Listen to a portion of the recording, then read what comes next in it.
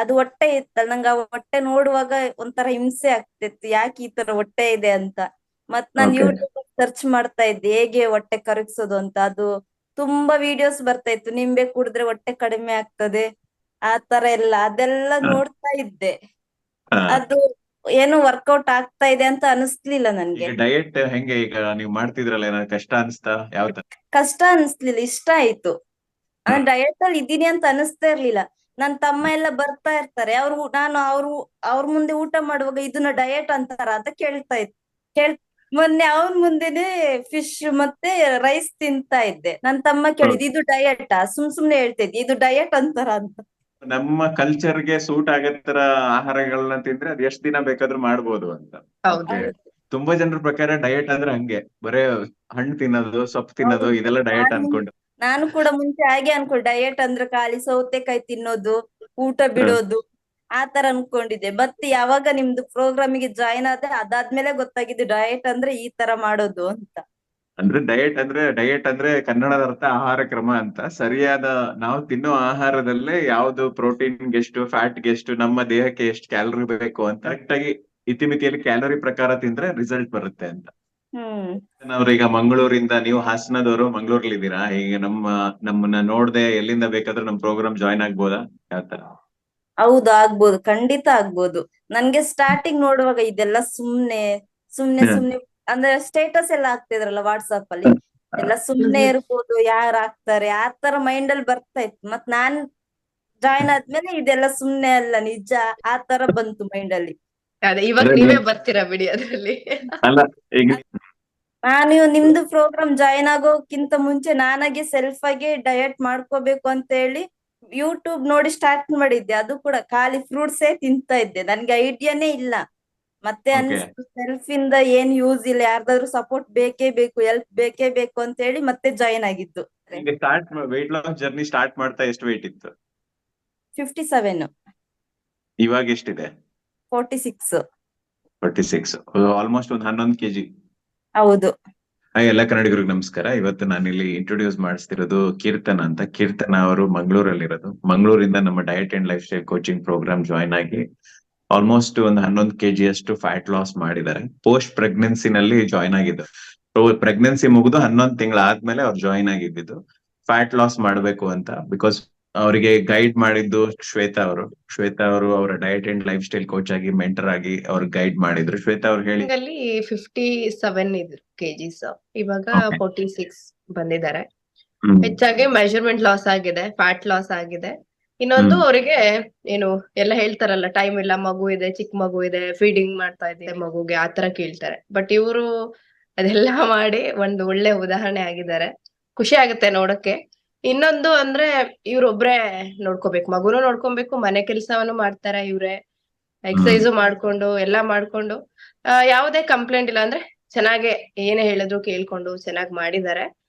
ಆ ಅಂದ್ರೆ ಬಾಂಡಿಂಗ್ ಚೆನ್ನಾಗಿದೆ. ಹ್ಮ್. ಅಂದ್ರೆ ಕೂಲ್ ಆಗಿ ಚೆನ್ನಾಗಿ ಮಾತಾಡ್ಕೊಂಡು ಎಲ್ಲಾ ಮಾಡ್ಕೊಂಡು ಇವಾಗ್ಲೂ ಅಷ್ಟೇ ಆಸ್ ಯೂಶುವಲ್. ಒಂದ್ 5 months ಆಯ್ತು ಸ್ಟಾರ್ಟ್ ಮಾಡಿ. ಅಂದ್ರೆ ಮೊದ್ಲಿಂದ ನೀವು ಅಲ್ಲೇ, ನಾವು ಮಂಗಳೂರೇನ ಹುಟ್ಟು ಬೆಳ್ದಿದ್ದೆಲ್ಲ? ಇಲ್ಲ ಇಲ್ಲ, ನಂದು ಹಾಸನ್, ಮದ್ವೆ ಆದ್ಮೇಲೆ ಮಂಗಳೂರಿಗೆ ಬಂದಿದ್ದು. ಹಾಸನದಲ್ಲಿ ಎಲ್ಲಿ? ಹಾಸನಿಂದ ಒಳಗಡೆ ಹೋಗ್ಬೇಕು, ಆಲೂರು. ಹಾ ಗೊತ್ತು, ಆಲೂರು ಗೊತ್ತು. ಅಲ್ಲಿ. ನಮಗೀಗ ಎಲ್ರಿ ಕೋಚ್ ಮಾಡಿ ಮಾಡಿ ಎಲ್ಲ ಪ್ರತಿಯೊಂದು ಊರಲ್ಲೂ ಒಬ್ಬೊಬ್ರು ಕ್ಲೈಂಟ್ ಇರ್ತಾರೆ. ಸೊ ಹಂಗಾಗಿ ಹೌದು. ಎಲ್ಲಾ ಊರ ಹೆಸರು ಗೊತ್ತಿರುತ್ತೆ. ಹೀಗೆ ನೋಡುವಾಗ ನಿಮ್ದು ವಿಡಿಯೋ ಬಂತು, ಮತ್ತೆ ನೋಡುವ ಟ್ರೈ ಮಾಡುವ ಅಂತ ಹೇಳಿ ಆಗ ಜಸ್ಟ್ ನೋಡಿದ್ದೆ. ನನ್ ಟ್ರೈ ಎಲ್ಲ ಮಾಡಕ್ ಹೋಗಿ ನಾನೇ ಸೆಲ್ಫ್ ಆಗಿ ಯಾವ್ದೋ ಸಿಕ್ಕಿದ್ದು ವಿಡಿಯೋದಲ್ಲಿ ಎಕ್ಸರ್ಸೈಸ್ ಮಾಡ್ತಾ ಇದ್ದೆ. ಅದು ಕೂಡ Okay. ನನಗೆ ವರ್ಕೌಟ್ ಆಗ್ತಾ ಇದೆ ಅಂತ ಅನಿಸ್ಲಿಲ್ಲ. ಹ್ಮ್. ಮತ್ತೆ ಮಂಗ್ಳೂರಿಗೆ ಬಂದೆ, ತಾಯಿ ಮನೆಯಿಂದ ಮಂಗ್ಳೂರಿಗೆ ಬಂದ್ಮೇಲೆ ಆ ಅಲ್ಲಿ ಅಂದ್ರೆ ಹಳ್ಳಿ ಸೈಡ್ ಒಂದ್ ಸ್ವಲ್ಪ ಬಾಣಂತಿತನ ಚೆನ್ನಾಗ್ ಮಾಡ್ತಾರೆ ಅಲ್ಲ, ಅದು ಸ್ವಲ್ಪ ಹಾ. ಇನ್ನೂ ಸ್ವಲ್ಪ ವೇಟ್ ಗೇನ್ ಆಯ್ತು. ಹಾ. ಇಲ್ಲಿ ಮನೆಗ್ ಬಂದ್ಮೇಲೆ ಅತ್ತೆ ಮತ್ತೆ ಹಸ್ಬೆಂಡ್ ನನ್ನ ನೋಡಿ ಏನ್ ಈ ತರ ದಪ್ಪ ಆಗಿದ್ಯಾ ಆ ತರ. ನಾನ್ 57 ಸ್ವಲ್ಪ ಅಷ್ಟು ದಪ್ಪ ಅಲ್ಲ ಅನ್ಕೊಂಡ್ ನಾರ್ಮಲ್ ಆಗೇ ಇದ್ದೆ. ಇಲ್ಲಿ ಹಾ. ಇವ್ರು ಬಂದ್ಮೇಲೆ ಏನ್ ಈ ತರ ದಪ್ಪ ಆಗಿದ್ಯಾ ಆ ತರ, ಮತ್ತೆ ಮಗು ನೋಡಕ್ಕೆ ಅಕ್ಕಪಕ್ಕ ಮನೆಯವ್ರು ಬಂದ್ಮೇಲೆ ತುಂಬಾ ದಪ್ಪ ಆಗಿದ್ಯಾ ಆ ತರ ಹೇಳುವಾಗ ನನ್ ಮೈಂಡ್ ಇದಾಗ್ತಾ ಇತ್ತು, ಇಲ್ಲ ಹೇಗಾದ್ರೂ ಮಾಡಿ ವೇಟ್ ಲಾಸ್ ಮಾಡ್ಲೇಬೇಕು ಅಂತ. ಮೊದ್ಲೇ ಹ್ಮ್. ನಿಮ್ದು ವಿಡಿಯೋ ನೋಡಿದ್ದೆ, ಬಟ್ ನಾನು ಅದ್ರ ಕಡೆ ಅಷ್ಟು ಗಮನ ಕೊಡ್ಲಿಲ್ಲ, ನೋಡುವ ನಿಧಾನಕ್ಕೆ ಹೋಗ್ಬೋದೇನೋ ಅಂತ. ಯಾವಾಗ Okay. ಇವರೆಲ್ಲ ಈ ತರ ಮಾತಾಡ್ಲಿಕ್ಕೆ ಸ್ಟಾರ್ಟ್ ಮಾಡಿದ್ರು, ಇಲ್ಲ ಹೇಗಾದ್ರೂ ಮಾಡಿ ನಾನು ವೇಟ್ ಲಾಸ್ ಮಾಡ್ಲೇಬೇಕು ಅಂತ ಹೇಳಿ ನಿಮ್ದು ಹ್ಮ್. ವಿಡಿಯೋದಲ್ಲಿ ನಂಬರ್ ಇತ್ತು, ಆ ನಂಬರ್ಗೆ ಮೆಸೇಜ್ ಮಾಡಿ ಹ್ಮ್. ಸ್ಟಾರ್ಟ್ ಮಾಡಿದ್ದು. 72 kg ತನಕ ಇದ್ದೆ. ವೆಯ್ಟ್. ಓಕೆ. ವೇಟ್ ಅಂದ್ರೆ ಮಗುದು ವೇಟ್ 4 kg ಇತ್ತು ಅವನು ಹುಟ್ಟುವಾಗ.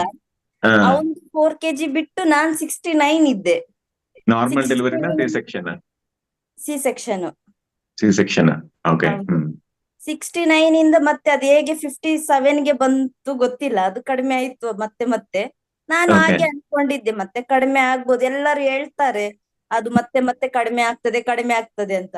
ಆಯ್ತು ಅನ್ಕೊಂಡು ನಾನು ಸುಮ್ನೆ ಇದ್ದೆ. ಇಲ್ಲಿ ಬಂದ್ ಯಾವಾಗ ಇವ್ರು ಈ ತರ ಹೇಳಿ ಸ್ಟಾರ್ಟ್ ಮಾಡಿದ್ರು ನನ್ ಮೈಂಡ್ ಕೂಡ ಇದಾಗೋಯ್ತು, ಇಲ್ಲ ಹೇಗಾದ್ರೂ ಮಾಡಿ ಅಂದ್ರೆ ನಿಮ್ದು ವೆಯ್ಟ್ ಲೆಕ್ಕಾಚಾರದಲ್ಲಿ ನೀವೇನ್ ತುಂಬಾ ದಪ್ಪ ಅಂದ್ರೆ ತುಂಬಾ ಜಾಸ್ತಿ ಅಂತ ಅಲ್ಲ, ನನಗೂ ಗೊತ್ತು. ಬಟ್ ಫೋಟೋ ನೋಡಿದ್ರೆ ಹೊಟ್ಟೆ ಎಲ್ಲ ತುಂಬಾ ಅಂದ್ರೆ ಫ್ಯಾಟ್ ಜಾಸ್ತಿ ಇದೆ, ಬೊಜ್ಜು ಜಾಸ್ತಿ ಇದೆ. ಹೌದು. ಇಲ್ಲ ಫಿಟ್ ಆಗಿರ್ಲಿಲ್ಲ, ಸಣ್ಣ ಇದ್ದೆ ನೋಡುವಾಗ. ಕನ್ಸೀವ್ ಆಗೋದಕ್ಕಿಂತ ಮುಂಚೆ ಸಣ್ಣ ಇದ್ರಿ, ಬಟ್ ಫಿಟ್ನೆಸ್ ಇರ್ಲಿಲ್ಲ. ಇರ್ಲಿಲ್ಲ. ಇವಾಗ ಫಿಟ್ನೆಸ್ ಬಂದಿದೆ, ಸ್ವಲ್ಪ ಹೊಟ್ಟೆನೂ ಹೋಗಿದೆ. ಹೊಟ್ಟೆ ಸುತ್ತಳತೆ ಶ್ವೇತಾ ಎಷ್ಟರಿಂದ ಎಷ್ಟಕ್ಕೆ ಬಂದಿದೆ? 100 ಇತ್ತು, 82 ಇದೆ ಇವಾಗ. 100 ಸೆಂಟಿಮೀಟರ್ ಇತ್ತ ಹೊಟ್ಟೆ ಸುತ್ತಳತೆ? ಇವಾಗ 82 ಸೆಂಟಿಮೀಟರ್ ಇದೆ. ಐ ಥಿಂಕ್ ಇನ್ನೂ ಒಂದು 2 ಇಂಚ್ ಕಡಿಮೆ ಮಾಡಿದ್ರೆ ಫುಲ್ ಫ್ಲಾಟ್ ಆಗುತ್ತೆ. ಇನ್ನೊಂದು 5 ಸೆಂಟಿಮೀಟರ್. ಹೌದು. ಈಗ ವೆಯ್ಟ್ ಲಾಸ್ ಜರ್ನಿ ಸ್ಟಾರ್ಟ್ ಮಾಡ್ತಾ ಎಷ್ಟು ವೆಯ್ಟ್ ಇತ್ತು? 57. ಇವಾಗ ಎಷ್ಟಿದೆ? 46. 46. ಆಲ್ಮೋಸ್ಟ್ ಒಂದು 11 kg. ಹೌದು. ಓಕೆ. ನಿಮ್ ತರ ಆಲ್ರೆಡಿ 56 kg ಇರೋರೆಲ್ಲ ನಾನ್ ಸರಿ ಇದ್ದೀನಿ ಅಂತ ಏನು ಯೋಚನೆ ಮಾಡಲ್ಲ. ಹೌದು. ಹೌದು. ಅವ್ರು ಮ್ಯಾಮ್ ತುಂಬಾ ಸಪೋರ್ಟ್ ಮಾಡಿದ್ರು, ಚೆನ್ನಾಗಿ ಮಾಡಿದ್ರು. ಏನೇ ಇದ್ರು ಹೇಳ್ಕೊಡ್ತಾ ಇದ್ರು ನನ್ಗೆ ಏನಾದ್ರು ಡೌಟ್ ಇದ್ದಿದ್ದನ್ನ. ನಿಮ್ ಹತ್ರ ಮಾತಾಡ್ಬೇಕು ಅಂತ ಆಸೆ ಇತ್ತು, ಅದೊಂದು ನೆರವೇರ್ತು. ಇಲ್ಲ ಎಲ್ಲಿಂದ ಬೇಕಿದ್ರು ಜಾಯಿನ್ ಆಗ್ಬೋದು, ಅದಾಗ್ತದೆ. ಕಮ್ಯುನಿಕೇಶನ್ಗೆ ಏನು ಪ್ರಾಬ್ಲಮ್ ಆಗ್ಲಿಲ್ಲ. ಎಕ್ಸರ್ಸೈಸ್ ಹೆಂಗ್ ಮಾಡ್ತಿದ್ರಿ? ಸ್ಟಾರ್ಟಿಂಗ್ 1 ವೀಕ್ ಕಷ್ಟ ಆಯ್ತು, ಮತ್ತೆ ಅದು ಈಸಿ ಅನ್ಸಕ್ ಸ್ಟಾರ್ಟ್ ಆಯ್ತು. ಅಂದ್ರೆ ವಿಡಿಯೋಗಳನ್ನ ನೋಡ್ಕೊಂಡು ಮನೆಯಲ್ಲೇ ಮಾಡ್ತಾ ಇದ್ರಿ? ಹೌದು, ಮನೆಯಲ್ಲೇ ಮಾಡಿದ್ದು, ಜಿಮ್ಮಿಗೆಲ್ಲೂ ಹೋಗ್ಲಿಲ್ಲ ನಾನು. ಮನೆಯಲ್ಲೇ ಮಾಡಿದ್ದೆ ಎಕ್ಸರ್ಸೈಸ್, ವಿಡಿಯೋಗಳನ್ನ ನೋಡ್ಕೊಂಡು ಮಾಡ್ತಾ ಇದ್ರಿ ಅಲ್ವಾ? ಮಗು ಚಿಕ್ಕದಿತ್ತಲ್ವಾ, ಅವ್ರ ಅತ್ತೆ ಕೂಡ ಕೆಲ್ಸಕ್ಕೆ ಹೋಗ್ತಾರೆ ಒಂದ್ ಟೈಮ್. Okay okay. ಇವ್ರ ಮಗು ನೋಡ್ಕೊಂಡು ಕೆಲಸ ಮಾಡ್ಕೊಂಡು ನಮ್ಮ online diet and lifestyle coaching program join ಆಗಿರೋದು. ಮನೆಯಲ್ಲೇ ಅವರು, ನಮ್ದು ಆನ್ಲೈನ್ ಕ್ಲಾಸ್ ಅಲ್ಲ ಇದು, online diet and lifestyle coaching program ಅಂತ. ಅದಕ್ಕೆ ಜೊತೆ ಅವ್ರಿಗೆ ಎಕ್ಸರ್ಸೈಸ್ ವಿಡಿಯೋಸ್ ಗಳು ಶೇರ್ ಮಾಡಿರ್ತೀವಿ, ಅದನ್ನ ನೋಡ್ಕೊಂಡು ಮನೆಯಲ್ಲೇ ಮಾಡಿದ್ದಾರೆ. ಪೋಸ್ಟ್ ಪ್ರೆಗ್ನೆನ್ಸಿ ವೆಯ್ಟ್ ತುಂಬಾ ಜನ ಬಾಣಂತನ ತಪ್ಪು ರೀತಿಯಲ್ಲಿ ಬಾಣಂತನ ಮಾಡಕ್ ಹೋಗಿ ತುಂಬಾ ದಪ್ಪ ಆಗ್ಬಿಡ್ತಾರೆ ಎಲ್ಲರೂ. ಹುಡುಗಿಯರು ಫಸ್ಟ್ ವೆಯ್ಟ್ ಗೇನ್ ಆಗದೆ ಡೆಲಿವರಿ ಆದ್ಮೇಲೆ. ಅದು ಪ್ರಾಬ್ಲಮ್. ಅದು ವಾಪಸ್ ವೆಯ್ಟ್ ನಾರ್ಮಲ್ ಬರಕ್ಕೂ ಸಾಧ್ಯ, ಬಟ್ ನಮ್ ಕಲ್ಚರ್ ಅಲ್ಲಿ ಕೆಲವೊಂದು ಪದ್ಧತಿಗಳಿದೆ, ಅದು ಸ್ವಲ್ಪ ಓಲ್ಡ್ ಪದ್ಧತಿಗಳು. ಅದನ್ನ ಇವತ್ತು ಮುಂದುವರ್ಸೋದ್ರಿಂದ ತುಂಬಾ ಜನ ಹುಡುಗಿಯರು ದಪ್ಪ, ಹಾಗೆ ಪ್ರೆಗ್ನೆನ್ಸಿ ವೆಯ್ಟ್ ಕಡಿಮೆ ಆಗದಿರೋದಕ್ಕೆ ಅದೇ ಕಾರಣ. ಹೆದರ್ಬಾರ್ದು. ಒಂದು ಪ್ರೆಗ್ನೆನ್ಸಿ ಸಿ ಸೆಕ್ಷನ್ ಡೆಲಿವರಿ ಆದ್ರೆ ಒಂದ್ 2 ತಿಂಗಳು ಆಗ್ತಿದ್ದಂಗೆ ಸ್ವಲ್ಪ ಎಕ್ಸಸೈಸ್ ಎಲ್ಲ, ಒಂದು ಆಹಾರ ಕ್ರಮ ಎಲ್ಲ ಕಂಟ್ರೋಲ್ ಮಾಡಿ ವೆಯ್ಟ್ ನ ಕಂಟ್ರೋಲ್ ತರಬೇಕು. ಫೀಡಿಂಗಿಗೂ ಏನ್ ತೊಂದರೆ ಆಗಲ್ಲ, ಬಟ್ ರಾಂಗ್ ಡಯಟ್ ಗಳನ್ನ ಮಾಡಬಾರ್ದು, ತೀರಾ ಕಡಿಮೆ ತಿನ್ಬಾರ್ದು. ನೀವೇನಾದ್ರು ಯಾವ ತರ ತೀರಾ ಕಡಿಮೆ ತಿಂದಿದ್ದೀರಾ? ಕಡಿಮೆ ಅನಿಸ್ತಾ ಊಟ? ಇಲ್ಲ ಕಡಿಮೆ ಅನಿಸ್ಲಿಲ್ಲ, ಜಾಸ್ತಿ. ಯಾವಾಗ್ಲೂ ಅದೇ ಹೇಳ್ತಾ ಇದೆ, ಇವಾಗ ಫಸ್ಟ್ ಡಯಟ್ ಫಾಲೋ ಮಾಡಿ ಬೇಕಿದ್ರೆ ಎಕ್ಸರ್ಸೈಸ್ ಜಾಸ್ತಿ ಮಾಡಿ ಅಂತ. ಯಾಕಂದ್ರೆ ಅವ್ರೇನ್ ತುಂಬಾ ವೆಯ್ಟ್ ಇಲ್ವಲ್ಲ, ಸಾಕು ಅಂತ. ಹೌದು, ಚೆನ್ನಾಗಿ ತಿನ್ಕೊಂಡೆ ನೀವು ಫ್ಯಾಟ್ ಲಾಸ್ ಮಾಡಿದೀರಾ. ಊಟ ಈಗ ಸೊಪ್ಪು ತರಕಾರಿ ತಿನ್ನೋದು, ಊಟ ಡಯಟ್ ಮಾಡ್ತೀನಿ ಅಂತ ಹೇಳಿ 2 ಹೊತ್ತು ಊಟ ಬಿಟ್ಬಿಡೋದು, ಈ ತರ ಎಲ್ಲ ಮಾಡಿದ್ರೆ ಅವಾಗ ಫೀಡಿಂಗ್ ತೊಂದರೆ ಆಗ್ಬೋದು. ನಿಮಗೆ ಏನಾದ್ರು ಫೀಡಿಂಗ್ ಏನಾದ್ರು ತೊಂದರೆ ಆಯ್ತಾ? ಇಲ್ಲ, ಯಾವ್ದು ತೊಂದರೆ ಆಗ್ಲಿಲ್ಲ ನನಗೆ.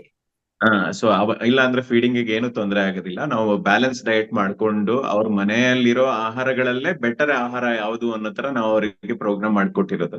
ಈಗ ಮಂಗಳೂರು ಕಡೆ ತಿನ್ನೋ ತರ fish, chicken, fish, rice, boiled rice ಎಲ್ಲ ತಿಂದಿದ್ದಾರೆ ಅವ್ರು ಅಲ್ವಾ?